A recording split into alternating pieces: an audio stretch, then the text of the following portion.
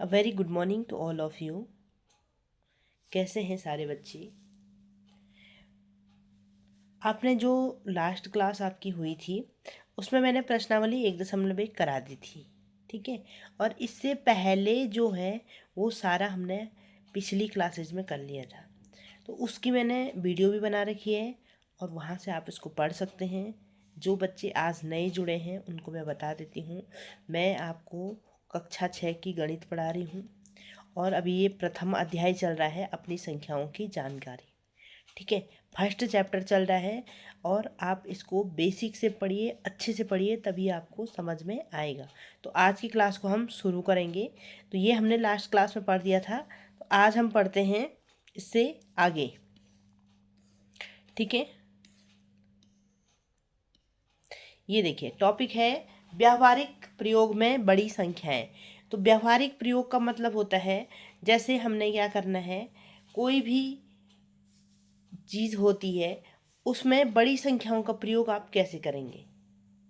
अगर लंबाई नापनी है, चौड़ाई नापनी है, मोटाई नापनी है, तो कैसे नापेंगे, ठीक है। तो उसके लिए क्या होते हैं, मात्रक होते हैं। लंबाई का एक मात्रक कौन सा होता है, सेंटीमीटर होता है।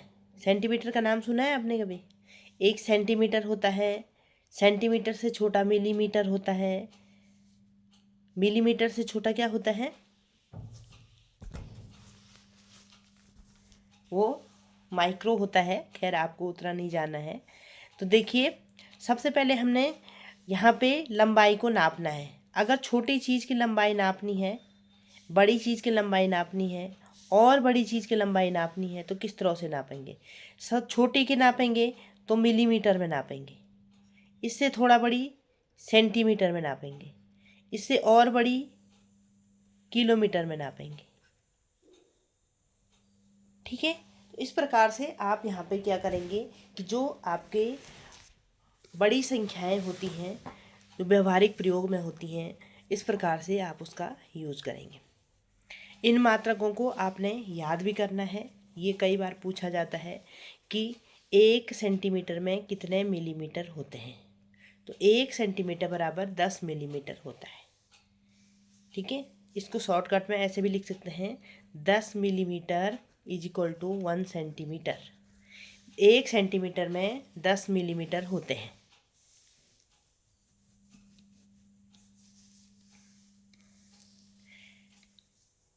अब देखिए मिलीमीटर, सेंटीमीटर और किलोमीटर क्या होते हैं, कैसे इनका प्रयोग करना है। ये मिलीमीटर क्या होता है, छोटा मात्रक होता है।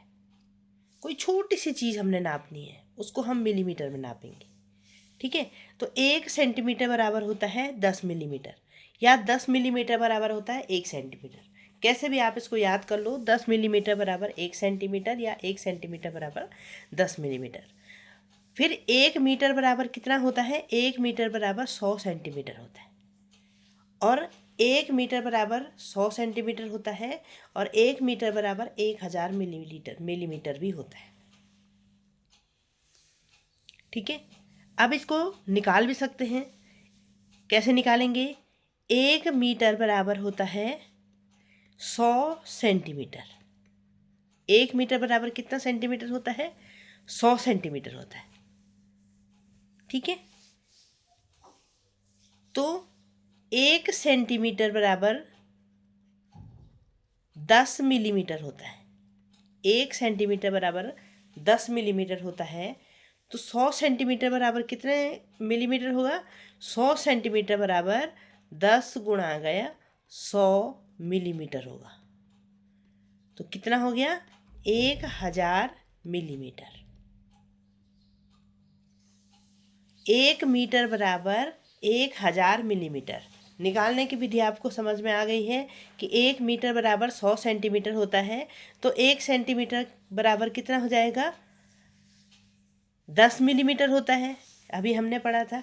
तो 100 सेंटीमीटर बराबर 1000 मिलीमीटर होता है। तो 1 मीटर बराबर 1000 मिलीमीटर होता है।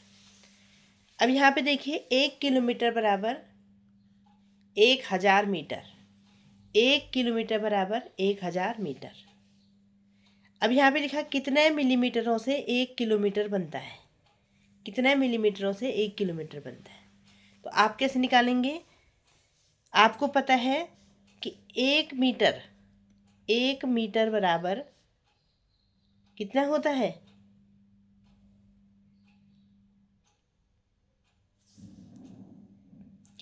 1 मीटर बराबर होता है 1000। यहाँ देखिए 1 मीटर बराबर कितना होता है, 1000 मिलीमीटर। तो 1 किलोमीटर बराबर कैसे निकालेंगे, 1 मीटर बराबर 1000 मिलीमीटर होता है, और 1 किलोमीटर बराबर कितना होता है, 1000 मीटर होता है। 1 किलोमीटर बराबर 1000 मीटर होता है। 1 मीटर बराबर 1000 मिलीमीटर होता है। तो 1000 मीटर बराबर कितना मिलीमीटर होगा, 1000 गुणा गया 1000 मिलीमीटर। तो ये कितना हो जाएगा,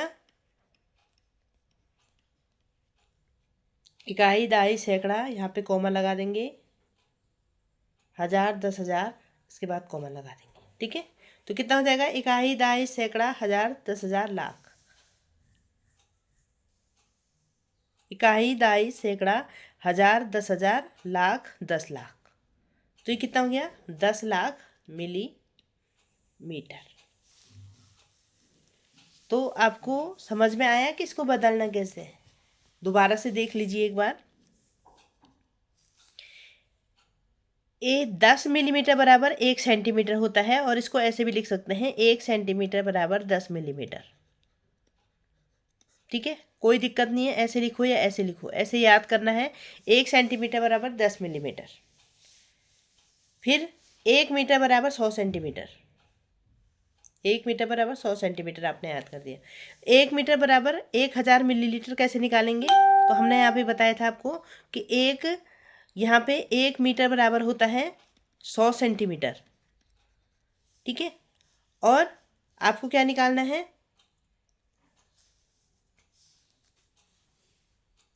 मिलीमीटर निकालना है। तो 1 मीटर बराबर कितने मिलीमीटर होते हैं, मिलीमीटर होते हैं, ये आपको निकालना है।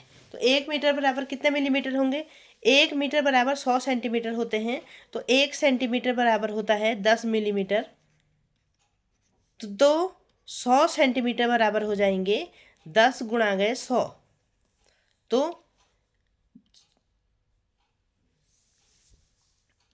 100 सेंटीमीटर इज इक्वल टू कितना हो जाएगा, 1000 मिलीमीटर। तो 100 centimetre is equal to 1000 millimetre का मतलब क्या हो गया है कि is equal to 1 metre. 1 metre is equal to 100 centimetre या 1000 मिलीमीटर। आप इस तरह से इसको लिख सकते हैं।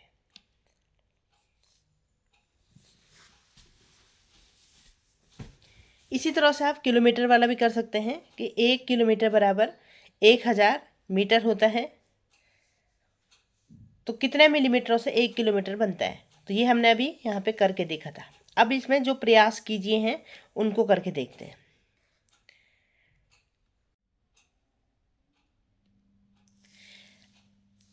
अब यहाँ पे देखिए कितने सेंटीमीटरों से 1 किलोमीटर बनता है, ये हमको निकालना है। तो कैसे निकालेंगे, 1 मीटर बराबर कितना होता है, 100 सेंटीमीटर होता है। 1 मीटर बराबर 100 सेंटीमीटर होता है। तो और 1 किलोमीटर बराबर 1000 मीटर होता है, ये हमने पढ़ा था अभी। तो 1 मीटर बराबर 100 सेंटीमीटर होता है। तो 1000 मीटर, 1000 मीटर बराबर कितने सेंटीमीटर हो जाएगा, 100 गुणा गया 1000 सेंटीमीटर इज इक्वल टू कितना हो जाएगा। ये सारे जीरो आप ऐसे ही उतार देंगे। इकाई, दहाई, सैकड़ा के बाद एक कॉमा लगता है और इसके बाद एक कॉमा लगता है। तो इकाई, दहाई, सैकड़ा, 1000, 10,000, लाख।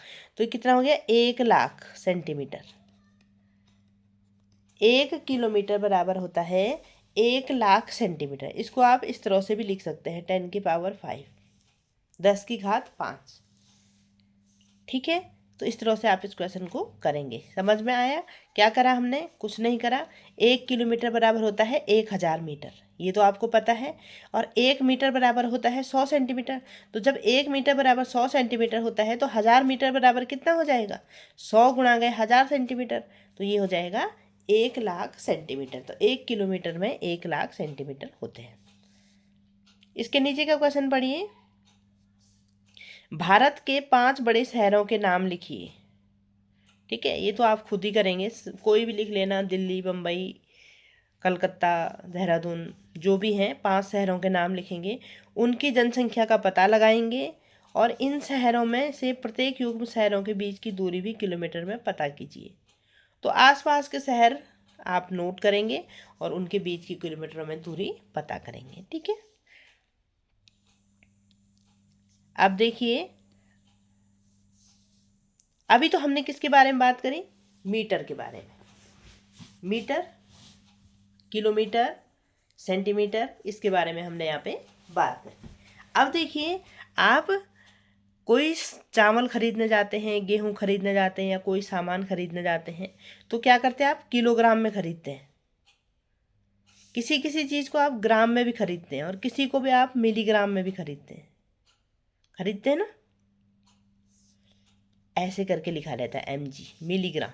ग्राम इस तरह से लिखते हैं और किलोग्राम इस तरह से लिखते हैं kg।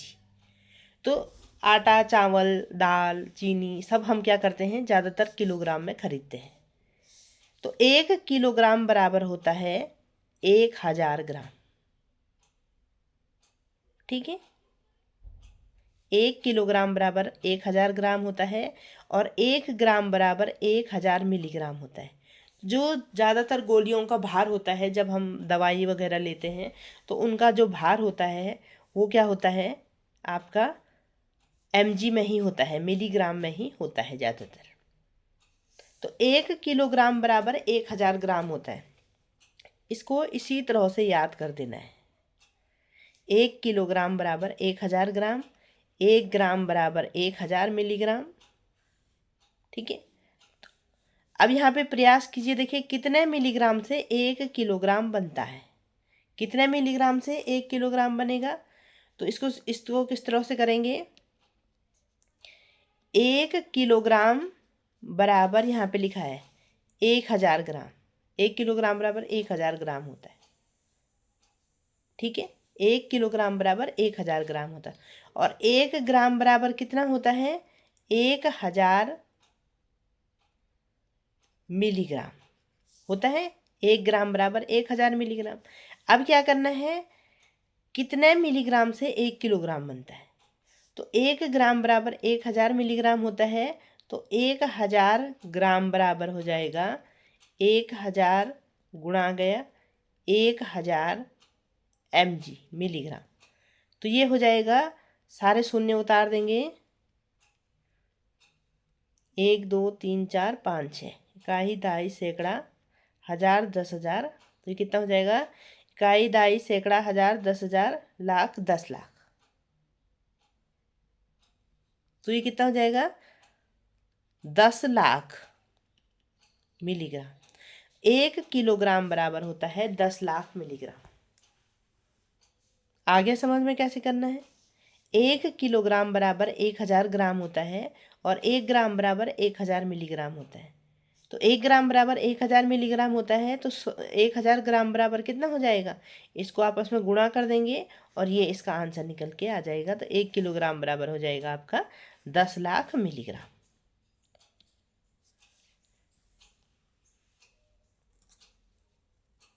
दूसरा क्वेश्चन देखेंगे आप।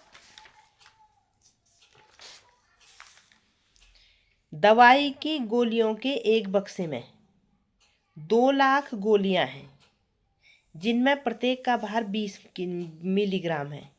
इस बक्से में रखी सभी गोलियों का कुल भार ग्रामों में कितना है और किलोग्रामों में कितना है? तो जो 2 लाख गोलियां रखी हुई हैं, प्रत्येक का भार 20 मिलीग्राम है। कितना मिलीग्राम है? 20 मिलीग्राम है। और प्रत्येक का भार है 20 मिलीग्राम। तो एक गोली का भार 20 मिलीग्राम है, तो 2 लाख गोलियों का भार कितना मिलीग्राम हो जाएगा? 2 लाख गोलियों का जो भार है वो हो जाएगा, इसको किससे गुणा कर देंगे? 20 से गुणा कर देंगे इसको। ठीक है, यहाँ पे आप स्टेटमेंट लिखेंगे, एक एक गोली का भार बराबर 20 मिलीग्राम। तो 2 लाख गोलियों का भार बराबर हो जाएगा 2 लाख गुणा गए 20 इज इक्वल टू कितना हो जाएगा? ये जितने भी शून्य हैं मल्टीप्लाई में क्या होता है, सारे शून्य उतर जाते हैं। 1 2 3 4 5 शून्य यहाँ थे और एक ही हो जाएगा। 1 2 3 4 5 6 शून्य हो जाएंगे। ठीक है, 2 2 4 2 6 शून्य हो जाएंगे और 2 दूनी 4 हो जाएगा। इकाई, दहाई, सैकड़ा, हजार, 10,000। तो ये कितना हो जाएगा आपका? दो जो 2 लाख गोलियां हैं उनका भार कितना हो जाएगा? वो हो जाएगा आपका 40 लाख। ठीक है, कितना हो जाएगा? इस तरह से लिखेंगे आप इसको, 40 लाख। इकाई, दहाई, सैकड़ा, हजार, 10,000, लाख, 10 लाख। 40 लाख कितना हो जाएगा? 2 लाख गोलियों का भार इज इक्वल टू 40 लाख। यहाँ तक आपको समझ में आ गया है? क्या करा कि एक गोली का भार 20 मिलीग्राम है, तो 2 लाख गोलियों का भार कितना हो जाएगा? 2 लाख गुणा गए 20 is equal to 40 lakh milligram. ये आपका किसका भार आ गया है? 2 लाख गोलियों का भार आ गया है। अब क्या करना है, इस बक्से में रखी सभी गोलियों का कुल भार ग्रामों में कितना है और किलोग्रामों में कितना है, ये भी आपको निकालना है। ठीक है, तो ग्राम में निकालने के लिए क्या करेंगे?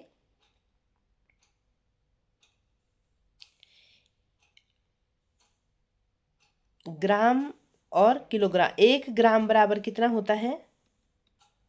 1 ग्राम बराबर कितना होता है? 1000 मिलीग्राम। 1000 मिलीग्राम कितना होता है? 1 ग्राम होता है। ये आपने पढ़ा है, कहाँ पे पढ़ा है? यहाँ पे पढ़ा है। 1 gram is equal to 1000 milligram.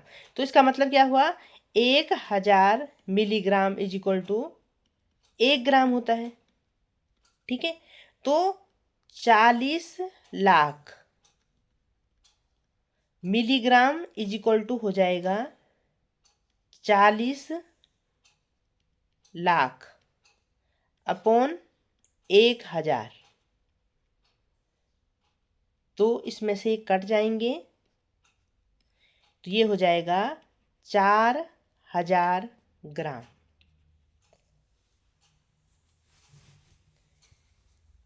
समझ में आ गया? 1 gram is equal to 1000 milligram होता है, तो इसी को मैंने पलट दिया। 1000 मिलीग्राम बराबर 1 ग्राम, तो 40 लाख मिलीग्राम बराबर 40 लाख अपॉन 1000। तो ये कितना हो जाएगा? 4000 ग्राम। तो इस बक्से में जो गोलियां रखी हुई हैं उसका ग्राम में भार कितना हो जाएगा? 4000 ग्राम हो जाएगा। आगे देखिए, फिर क्या निकालना है? किलोग्रामों में कितना होगा। इसका भार किलोग्रामों में भी आपको निकालना है। किलोग्रामों में कैसे निकालेंगे?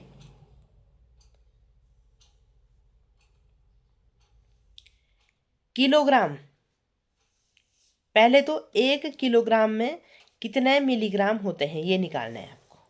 ठीक है, 1 किलोग्राम में कितने मिलीग्राम होते हैं, इसको कैसे निकालेंगे?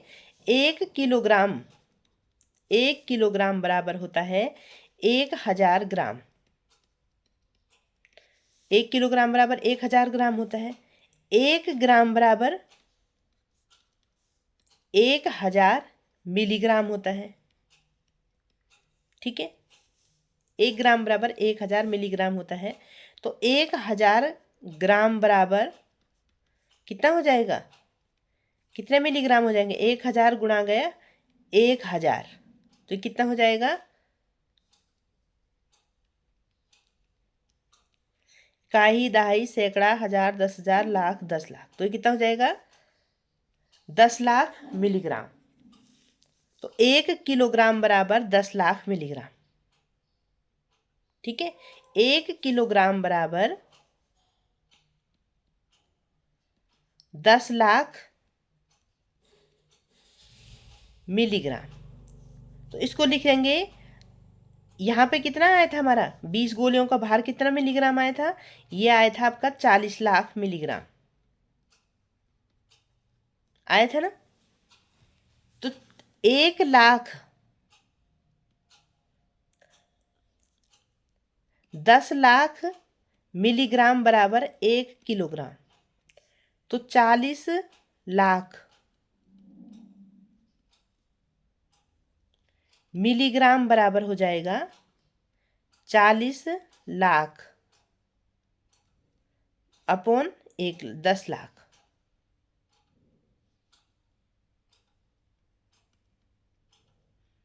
ठीक है, तो ये सारा कट जाएगा, तो यहाँ पे आएगा 4 किलोग्राम। तो 20 गोलियों का जो भार है वो किलोग्राम में कितना होगा, वो आपका होगा 4 किलोग्राम। समझ में आया?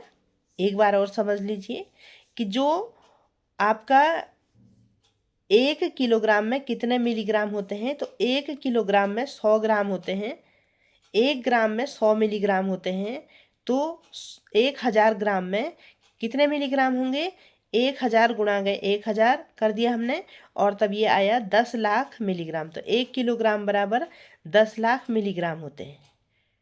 तो 10 लाख मिलीग्राम बराबर 1 किलोग्राम होता है। तो 40 लाख मिलीग्राम में कितने ग्राम होंगे, कितने किलोग्राम होंगे, तो हमने क्या करा, 40 लाख को उस 10 लाख से भाग दे दिया है, और उसका आंसर आया 4 किलोग्राम।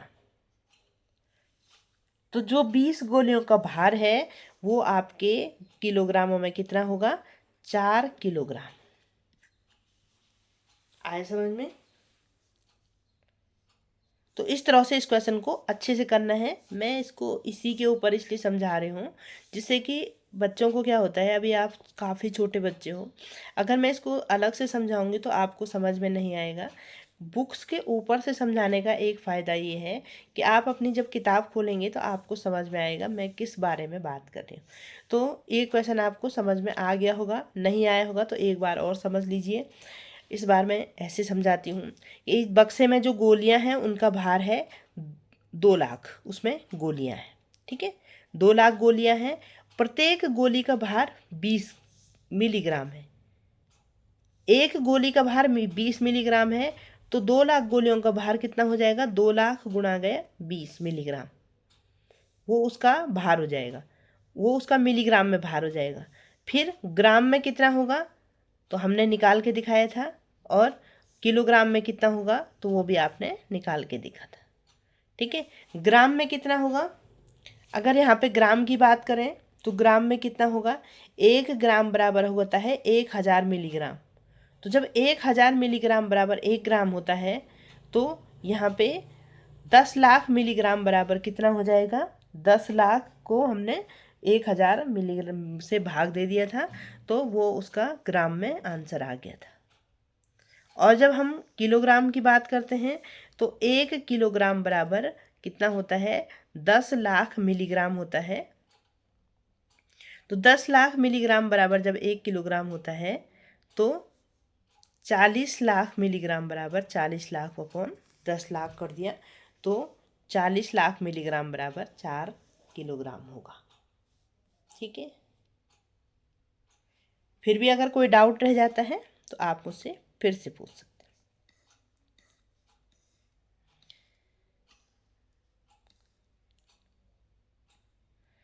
अब यहाँ पे देखिए, पानी वाली साधारण बाल्टी की धारिता, धारिता मतलब कैपेसिटी होता है, कितनी होती है। तो आपके घर में जो बाल्टियाँ वगैरह होती हैं 20 लीटर 25 लीटर 15 लीटर इतनी ही होती हैं। ठीक है, अब 1 लीटर बराबर होता है 1000 मिलीलीटर। ठीक है, 100 ml पढ़ा होगा आपने, ml बोलते हैं इसको, मिलीलीटर बोलते हैं। 1 ग्राम बराबर होता है 1000 मिलीग्राम, mg। ठीक है, अब देखिए ml आपने पढ़ा होगा, किसी पे लिखा रहता है 450 ml, 100 ml, 200 ml, इस प्रकार से लिखा रहता है। तो 1 लीटर में आपके 1000 मिलीलीटर होते हैं और 1 ग्राम में आपके 1000 मिलीग्राम होते हैं। इस यहाँ पे लिखा है सेंटी 100वां भाग दर्शाता है, तो 1 मीटर बराबर 100 सेंटीमीटर, ये आपने पढ़ा था ना। तो इसको याद ही करना है, 1 लीटर बराबर 1000 मिलीलीटर, 1 ग्राम बराबर 1000 मिलीग्राम, ये तो याद ही करने लायक है।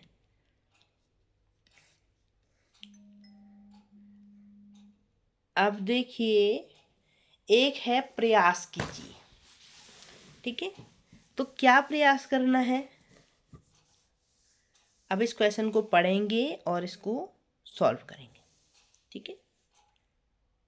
और आज की क्लास को हम इसी प्रश्न के साथ यहीं पे ख़त्म करेंगे, क्योंकि जो प्रश्नावली है वो हम कल की क्लास में शुरू करेंगे। यहाँ पे है, एक बस ने अपनी यात्रा की प्रारंभ की और 60 किलोमीटर प्रति घंटा की चाल से विभिन्न स्थानों पर पहुंची। इस यात्रा को नीचे दर्शाया गया है, ठीक है। यहाँ पे देखिए, अपनी बुक में देखिए, तो हमने क्या क्या निकालना है, ए से डी तक जाने में बस द्वारा तय की गई दूरी ज्ञात कीजिए। तो बहुत आसान है, किस तरह से निकालना है,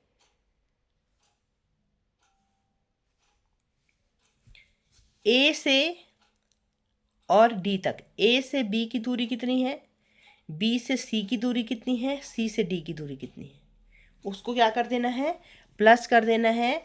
आपकी ए से डी तक जाने में कुल दूरी निकल जाएगी। किस तरह से करेंगे, ए से बी तक की दूरी है 4170 किलोमीटर, बी से सी तक जाने की दूरी कितनी है 3410 किलोमीटर, और सी से डी तक जाने की दूरी कितनी है 2160 किलोमीटर।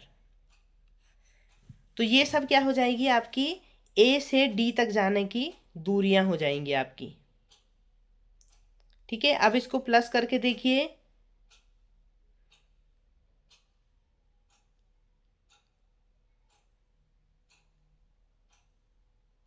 कितना हो जाएगा, 0, ठीक है, 7 7 और 1 8 और 6 14, 4 चले,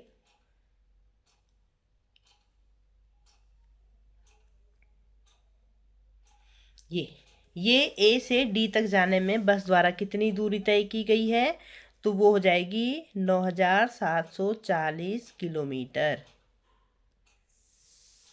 डी से जी तक जाने में बस द्वारा तय की गई दूरी, डी से जी तक, यहाँ से यहाँ ई, डी से ई आए, ई से एफ आए और एफ से जी आए, तो इनको क्या करेंगे, प्लस कर देंगे। डी से जी तक जाने में दूरी कितनी हो जाएगी, डी देखो 8140 प्लस 4830 प्लस 2550, इन सबको क्या कर देंगे, आप जोड़ देंगे,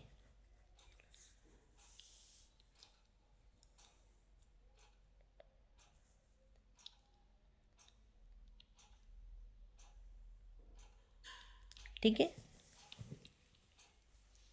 तो इन सबको आपने क्या कर दिया है, जोड़ दिया है। तो ये आपकी कहाँ की दूरी निकल के आ गई है,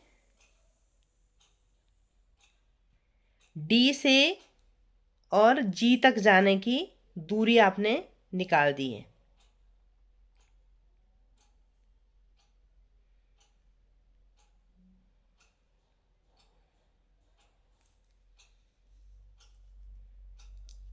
यहाँ पे 15 होगा ना, 15,520। तो डी से और जी तक जाने की आपने दूरी निकाल दी है, और वो कितनी हो जाएगी,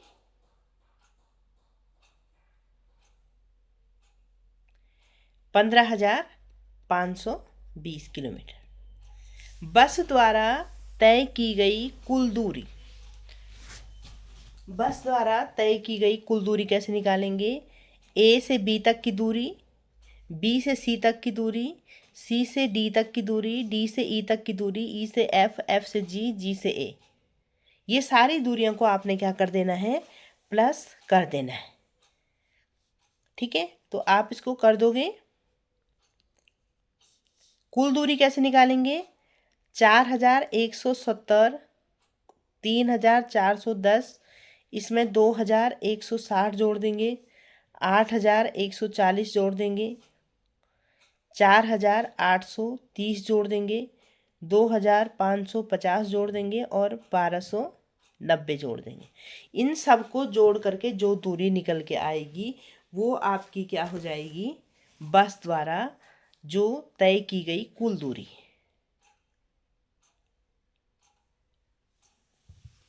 अब है, निकाल देंगे इसको, प्लस कर देंगे तो किलोमीटर में दूरी निकल जाएगी। क्या आप सी से डी तक और डी से ई तक की दूरियों का अंतर ज्ञात कर सकते हैं? कर सकते हैं। सी से डी तक की दूरी कितनी है, 2160 किलोमीटर है। और डी से ई तक की दूरी कितनी है, 8140 किलोमीटर है।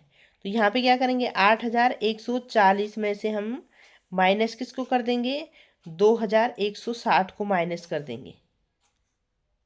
ठीक है,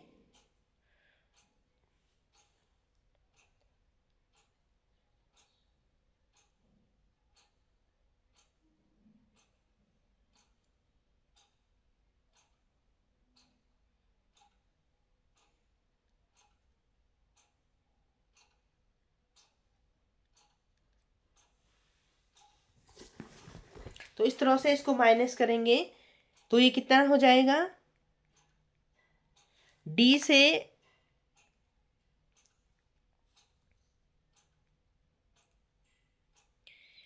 से ई तक की जो दूरी है उसमें से हमने क्या माइनस करना है, जो सी से और डी तक की दूरी है। तो ये कितना हो जाएगा, 5980 किलोमीटर। अब है बस द्वारा निम्नलिखित यात्रा में लिया गया समय ज्ञात करना है आपने। अब यहाँ पे थोड़ा सा अलग है। ठीक है, इतना तो आपको आ गया होगा। ए से बी तक की दूरी आप निकाल देंगे, डी से जी तक की दूरी निकाल देंगे, बस द्वारा तय की गई कुल दूरी निकाल देंगे, और सी से डी तथा डी से ई, सी से डी तथा डी से ई में जो दूरियां हैं उनका अंतर भी आपने निकाल सकते हैं। अब निकालना है बस द्वारा निम्नलिखित यात्रा में लिया गया समय। समय कैसे निकालते हैं, तो समय निकालने के लिए आपने एक फॉर्मूला पढ़ा होगा, पढ़ा है कभी, चाल बराबर दूरी बटा समय। अब हमको क्या निकालना है, समय निकालना है। तो समय इधर आ जाएगा, दूरी यहीं पे रहेगी और चाल नीचे चले जाएगी। ए से बी तक, ए से बी तक, ए से बी तक दूरी कितनी है, ए से बी तक दूरी कितनी है, 4170 किलोमीटर है। ठीक है, चाल कितनी है, 60 किलोमीटर प्रति घंटा, किलोमीटर प्रति घंटा, आवर। तो आपने क्या निकालना है, यहाँ पे क्या निकालना है आपको, समय निकालना है। तो कैसे निकालेंगे आप समय, करो इसको, इसको इसमें भाग दे दो।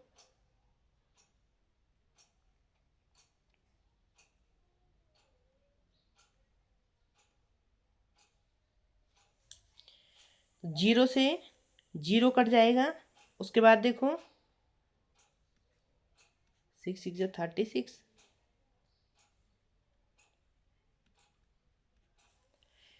तो ये क्या हो जाएगा, किलोमीटर से किलोमीटर कट जाएगा और यहाँ पे कितना बचेगा, सिर्फ घंटा बचेगा यहाँ पे।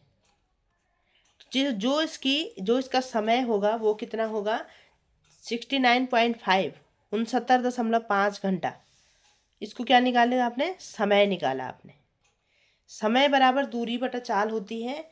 दूरी आपने, ये है आपके पास दूरी, चाल आपके पास ये दे रखी है, और आपने क्या निकालना है, समय निकालना है।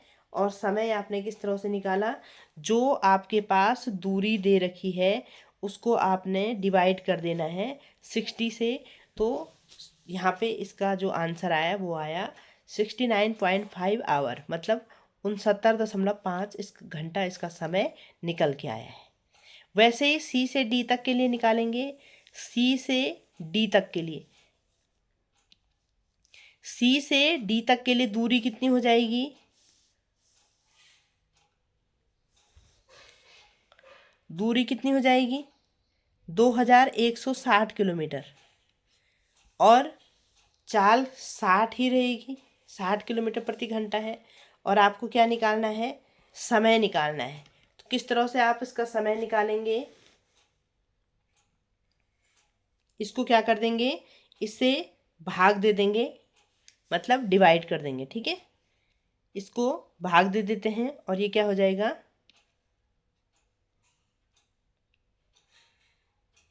तो इसका आंसर कितना निकल के आया।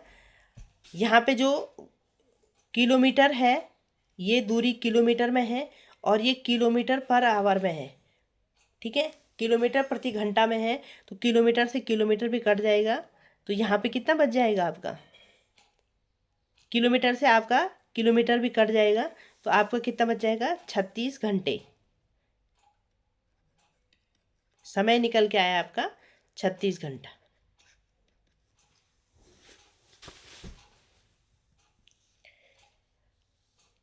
फिर इसको देखिए आप, ई से जी तक की दूरी, ई से और ई से जी तक की दूरी। तो ई से जी तक की दूरी कितनी हो जाएगी आपकी, पहले ई से एफ तक की दूरी है 4830 किलोमीटर, और एफ से जी तक की दूरी है 2550 किलोमीटर। तो ई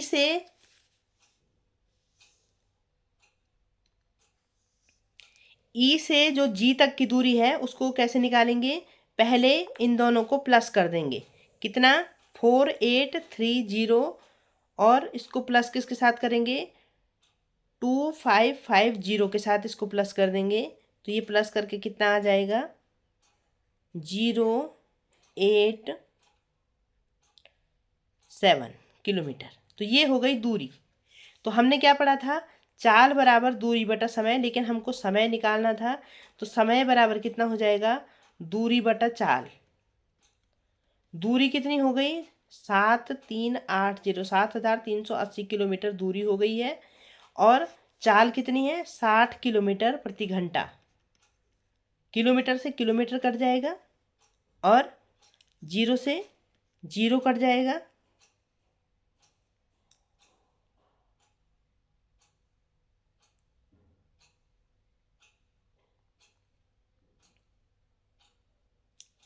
तो इसका आंसर कितना आ जाएगा, डिवाइड करो इसको 60 से, जल्दी कितना हो जाएगा, 123 घंटे। ठीक है, तो ये इसका समय निकल के आ गया। तो ई से जी तक का आपने समय निकाल दिया। अब लास्ट में निकालना है कुल यात्रा। तो कुल यात्रा को करने के लिए आपने क्या करना है कि जो यहाँ सारी दूरियां दे रखी हैं, ए से लेकर के, और दोबारा ए से बी, बी से सी, सी से डी, डी से ई, ई से एफ, एफ से जी, और जी से फिर ए तक की जो दूरियां हैं, इन सारी दूरियों को आपने प्लस कर देना है। और इनको प्लस करने के बाद आपने फॉर्मूला लगाना है, समय बराबर चाल बटा, समय बराबर दूरी बटा चाल। ये वाला फॉर्मूला आपने लगाना है। ठीक है, 1470 किलोमीटर आप यहाँ पे लिखेंगे। इसके नीचे है 3410 किलोमीटर, इसके नीचे है 2160 किलोमीटर, इसके नीचे है 8140 किलोमीटर, फिर है आपका 4830 किलोमीटर, फिर है 2550 किलोमीटर, फिर है 1290 किलोमीटर। ठीक है, तो इन सब किलोमीटरों को आपने क्या कर देना है, प्लस कर देना है। इन सब को आपने क्या करना है, प्लस करना है। और प्लस करने के बाद जो यहाँ पे टोटल आएगा उसको क्या करना है, आपने इस फॉर्मूले में रखना है। तो इसको प्लस करिए, फटाफट करिए आप इसको प्लस।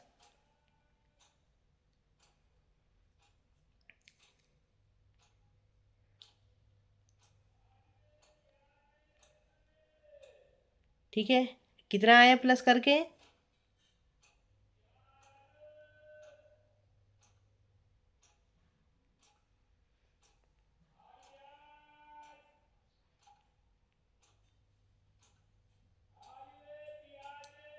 आ गया।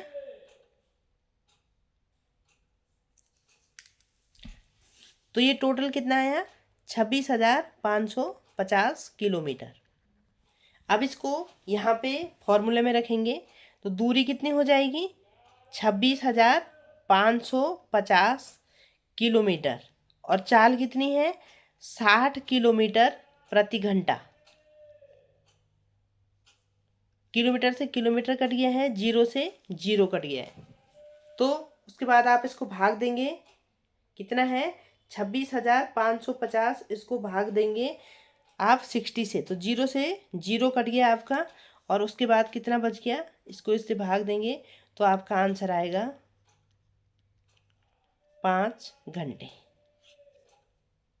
ये मैंने आवर लिखा है, इसको आप घंटे भी लिख सकते हैं।